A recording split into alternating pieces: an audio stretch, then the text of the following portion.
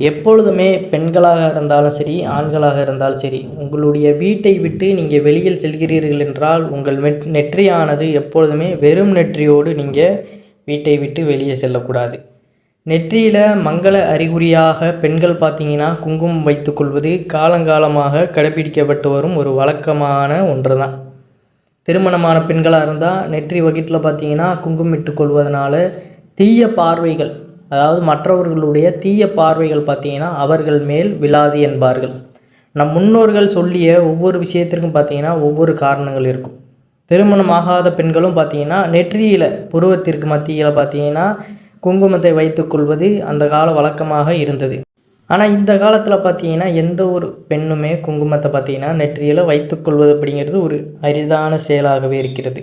நம்ம தொடர்ந்து பல பதிவுகளை பார்த்தீங்கன்னா குங்குமம் விபூதி பூசுவதனால பல பயன்கள் உண்டு அப்படின்னு கூறிக்கொண்டே தான் வரும்.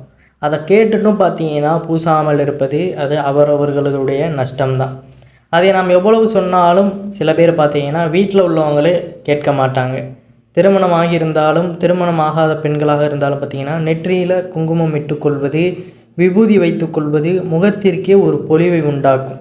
பெண்கள் எப்படி தங்களுடைய நெற்றியில் குங்குமம் வைத்துக்கொள்கிறார்களோ அதே போல் பார்த்தீங்கன்னா ஆண்களாக இருந்தாலும் வெறும் நெற்றியோடு எங்கும் செல்லக்கூடாது என்று அந்த காலத்தில் நம்முடைய முன்னோர்கள் சொல்லி வைத்திருந்தார்கள். ஆனால் ஆண்களும் அதை யாரும் பார்த்தீங்கன்னா சரியாக இப்போ உள்ள ஆண்களும் பின்பற்றுவது கிடையாது. அப்போ உள்ள காலத்தில் பார்த்தீங்கன்னா நெற்றியில் அந்த குங்குமம் திருநீர் பூசிக்கொண்டு வாழ்ந்த மக்கள் எப்பொழுதுமே அந்த ஒழுக்க குணத்தோடும் சந்தோஷமான ஒரு மகிழ்ச்சியான மனநிலையோடு இருந்திருக்கின்றனர். இப்போ உள்ள காலத்தில் நம்ம இதையெல்லாம் பார்த்திங்கன்னா ஒருவித மாற்றங்கள் இப்போ எல்லாமே இன்டர்நெட்டில் பார்த்திங்கன்னா நமக்கு பலவித சர்ச்சைகளை ஏற்படுத்த வகையில் போவதனால எதையுமே மனிதர்கள் பார்த்திங்கன்னா ஒரு நம்புவது கிடையாமல் மாறிவிட்டது. இதெல்லாம் பார்த்திங்கன்னா அந்த காலத்திலேருந்தே நம்மளுடைய முன்னோர்கள் பின்பற்றுகின்ற ஒரு விஷயம். திருநீர் பூசுவது அப்படிங்கிறது நம்மளுடைய நெற்றியில் எந்த ஒரு ஈரப்பதத்தையுமே வைத்துக்கொள்ளாது. மண்டை நம்மளுக்கு கனமாக இருந்தாலும் சரி, தலைவலித்தாலும் சரி, திருநீர் பூசுவதனால அங்கே உள்ள தேவையற்ற நீரை அந்த திருநீரானது ஈர்த்து கொள்ளும் அப்படிங்கிறதான். அது மட்டும் இல்லாமல் திருநீரை நம்ம உடல் முழுவதும் பூசுவது நமக்கு நல்ல ஒரு மனதை தெளிவாக வைத்துக்கொள்வையும் நல்ல ஒரு வாசனையாகவும் நம்மளுடைய உடலானது இருக்கும். ஒரு பெண்ணை நம்ம பார்க்குறோம் அப்படிங்கிற பட்சத்தில் பார்த்திங்கன்னா தவறான கண்ணோட்டத்தில் சில பேர் அந்த எண்ணத்தில் இருப்பாங்க. ஆனால் அந்த குங்குமமானது பார்த்திங்கன்னா அந்த நேரத்தில் அவர்களுடைய மனதை மாற்றிவிடும். எந்த ஒரு அலைவாயுத விஷயங்களாலும் பெண்களை பார்க்கக்கூடாது அப்படிங்கிறதற்காக இந்த குங்குமம் இட்டுக் கொள்ளும் முறையை நம்மளுடைய முன்னோர்கள் அந்த காலத்திலிருந்தே பின்பற்றி வந்திருக்கிறார்கள். அதனால் இதை எப்பொழுதுமே பெண்கள் நெற்றியில் பூசிக்கொள்வது, அவர்கள் பார்த்த உடனே அந்த அம்மனை பார்ப்பது போல் நம்ம அந்த லக்ஷ்மி கடாசத்தோடு உணர்வதனால எந்த ஒரு ஆண்களாக இருந்தாலும் தவறான ஒரு கண்ணோட்டத்தில் பார்க்க மாட்டார்கள் அப்படிங்கிறதான் நிதர்சனமான உண்மை. ஆணாக இருந்தாலும் சரி, பெண்ணாக இருந்தாலும் சரி, வெறும் நெற்றியோடு எப்பொழுதுமே பார்த்தீங்கன்னா இருக்கக்கூடாது. அதிலும் குறிப்பாக வீட்டிலிருந்து வெளியே புறப்பட்டு செல்ல வேண்டுமென்றால் நீங்கள் தலைவாசலை தாண்டும் பொழுதே நெற்றியில் பார்த்தீங்கன்னா குங்குமமோ அல்லது விபூதியோ கட்டாயம் இருப்பது நல்லது. வெறும் நெற்றியோடு செல்லும் காரியம் பார்த்தீங்கன்னா வெற்றியாக முடியும் என்பதில் எந்த ஒரு உறுதியும் கிடையாது. ஆனால் நீங்கள் நெற்றியில் விபூதி அல்லது குங்குமம் இட்டு கொண்டு சென்று பாருங்கள், அதன் சக்தி மறைமுகமாக உங்களுக்கு வெற்றியை தேடித்தரும். இதெல்லாம் சிறு சிறு சூட்சம ஆன்மீக பரிகாரங்கள் தான். இது வெற்றின்னு இல்லை, உங்களுக்கு ஞாபக சக்தி எதையுமே செய்யும் பொழுது அது ஒரு நல்ல ஒரு நிலையோடு செய்வதற்கு பேச்சு அப்படின்னு எல்லாத்தையுமே அடங்கியிருக்கிறது. திருநீர் அந்த இடத்துல நமக்கு நெற்றி மூலமாக நம்ம பூசுகின்ற அந்த திருநீரோ குங்குமமோ அங்கு உள்ள ஆக்னேய சக்கரம் அப்படிங்கிற ஒருவித சக்கரத்தை இயக்க வைக்கும். அந்த சக்கரம் இயங்குவதன் மூலம் நம்ம செய்கின்ற செயல்கள் நமக்கு நல்லபடியாக ஞானத்தை போதிக்கும் வகையில் நம்ம அதை விரைவில் முடிப்போம் அப்படிங்கிறதான் நிதர்சனமான உண்மை. எப்பொழுதும் குங்குமம் வைத்து கொள்ள முடியாவிட்டாலும் இல்லை நீங்கள் வைக்கின்ற அந்த பார்த்தீங்கன்னா அந்த பிளாஸ்டிக் டிசைனில் இருக்கக்கூடிய அந்த பொட்டு, திருமணமாக பெண்களாக இருந்தால் நீங்கள் எந்த கலர் அல்லது எந்த டிசைன் பொட்டு நெற்றியில் வைத்து கொண்டாலும் அது மேக்சிமம் பார்த்தீங்கன்னா சிகப்பு நிறமாக இருந்தால் மிகவும் நல்லது. சிகப்பு அப்படின்னாலே அது துஷ்ட சக்திகளை விரட்டக்கூடிய ஒரு அங்கமாக பார்க்கப்படுகிறது. அம்மனுடைய அந்த சிகப்பு நிறம்தான் எதிரிகளை அளிக்கக்கூடிய ஒரு விஷயமாக பார்க்கப்படுகிறது. அதாவது பெண்கள் எப்பொழுதும் எந்த ஒரு விதமான டிசைனில் தங்களுக்கு தேவையான அந்த நெற்றியில் போடக்கூடிய பொட்டு வைத்தாலும் அது சிகப்பு நிறமாக இருந்தால் அது மிகவும் நல்லது. சிகப்பு நிறம் சக்தியின் அம்சத்தை குறிக்கிறது. விபூதி பார்த்திங்கன்னா நம்ம சிவபெருமான் ஈசனுடைய அம்சத்தை குறிக்கிறது. சிவப்பு நிற பொட்டு வைத்துக்கொண்டு அதன் மேலே லேசாக விபூதி வைத்துக்கொண்டு வெளியில் சென்றால் செல்லும் காரியம் ஜெயம்தான். அதில் எந்த ஒரு மாற்று கருத்துமே கிடையாது. நீங்கள் இதற்கு முன்னாடி எப்படி இருந்தாலும் இந்த ஒரு மாற்றத்தை உங்களிடம் ஏற்படுத்தி கொண்டு பாருங்கள். அதற்கப்புறம் உங்களுக்கே பார்த்தீங்கன்னா பலவிதமான நல்ல ஒரு ஆற்றல்களை உட்கிரகிக்கிற மாதிரியும் நீங்கள் செய்கின்ற வேலைகளும் சிறப்பாக முடிகிற மாதிரியும் உங்களுக்கு கட்டாயம் தோன்றும் அப்படிங்கிறதான்.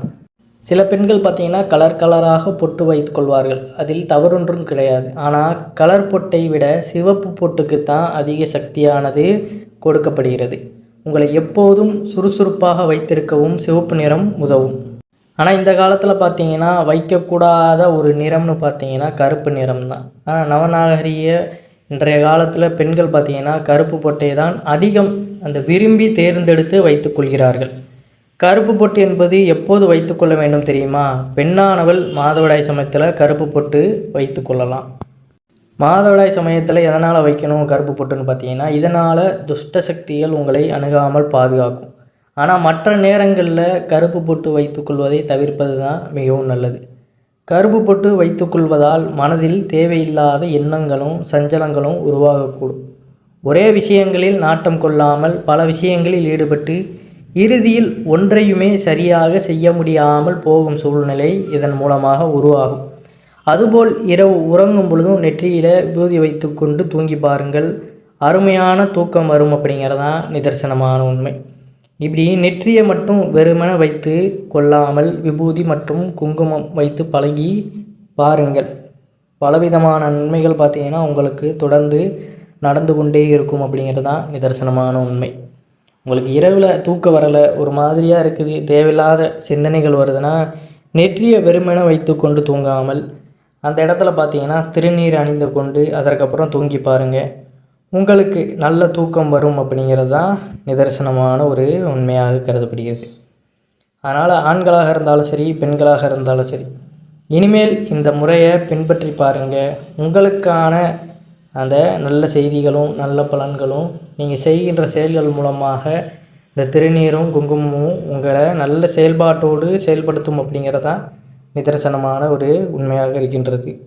திருநீர் இப்போ உள்ள ஆண்களும் பார்த்திங்கன்னா சில பேர் பார்த்திங்கன்னா ரொம்ப அழகுக்காக திருநீரை எப்பொழுதுமே பூசக்கூடாது.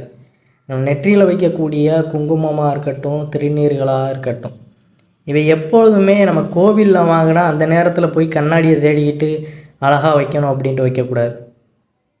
எடுத்துகிறோம் அப்படியே நெற்றி நிறைய பூசணும். குங்குமமாக இருந்தால் லைட்டாக வச்சுக்கிறோம், அவ்வளோதான். அதுக்காண்டி அதை பார்த்துட்டு மற்றவர்கள் பார்க்கும் பொழுது அது கவரும் வகையில் நம்ம அழகாக வைக்கணும் அப்படிங்கிற அந்த எண்ணத்தில் ஒருபொழுதும் செயல்படாதீர்கள். இது வைப்பது வைக்காமல் இருப்பதே நல்லது தான். ஏன்னா அந்த இடத்துல நம்ம அழகைத்தான் யோசிக்கிறோமே தவிர இது நமக்கு நன்மை தரும் அப்படின்னு நம்ம யோசிப்பது கிடையாது. அதனால் நெற்றி நிறைய திருநீர் பூசணும், குங்குமம் அணிந்து கொள்ளணும் அப்படிங்கிற அந்த ஒரு எண்ணத்தை நீங்கள் மனதிற்குள் வைத்துக்கொள்ளணும். அதை தவிர்த்து அழகுக்காக எதை நீங்கள் செய்தாலும் அதில் உங்களுக்கு எந்த ஒரு பிரயோஜனமும் கிடையாது அப்படிங்கிறது தான். அழகை விட சாதாரணமாக நம்ம செய்யக்கூடிய, அதாவது நம்ம இதை அறிந்திருக்கோம், இதை செய்தால் நமக்கு இப்படி ஒரு பலன் உண்டுன்னு அதைத்தான் நம்ம யோசிக்கணும். மற்றவர்களை கவர யோசிக்கக்கூடாது. நம்மளுடைய உடல் தோற்றம் அப்படிங்கிறது பார்த்திங்கன்னா உடலை வைத்து நம்ம மற்றவர்களை கவரும் வகையில் என்றைக்குமே நம்ம செயல்பாடு ஈடுபடக்கூடாது. உடலானது என்றைக்காவது அழிந்து போக கூடிய ஒரு விஷயந்தான். ஆன்மா தான் அந்த ஆன்ம பலத்தை பெற்று நம்ம முக்தியை பெறுவதற்குத்தான் அந்த உடலானது நமக்கு கொடுக்கப்பட்டுள்ளது. அதனால் அதை ஒவ்வொரு நிமிடமும் நீங்கள் யோசித்து பார்க்கும் பொழுதே உடலுக்கு முக்கியத்துவம் கொடுப்பதை தவிர்த்து விடுவீர்கள். அதனால் கட்டாயம் மேல் சொன்ன விஷயங்களை ஆண்கள் பெண்கள் இருவருமே கடைபிடித்து பாருங்கள். நல்ல ஒரு மாற்றம் நிகழும் அப்படிங்கிறதான் நிதர்சனமான உண்மை. அனைவரும் என்றும் இறையருள் பெற்று நலமுடன் வாழ வேண்டும். நன்றி, வணக்கம். ஓம் நம சிவாய நமக.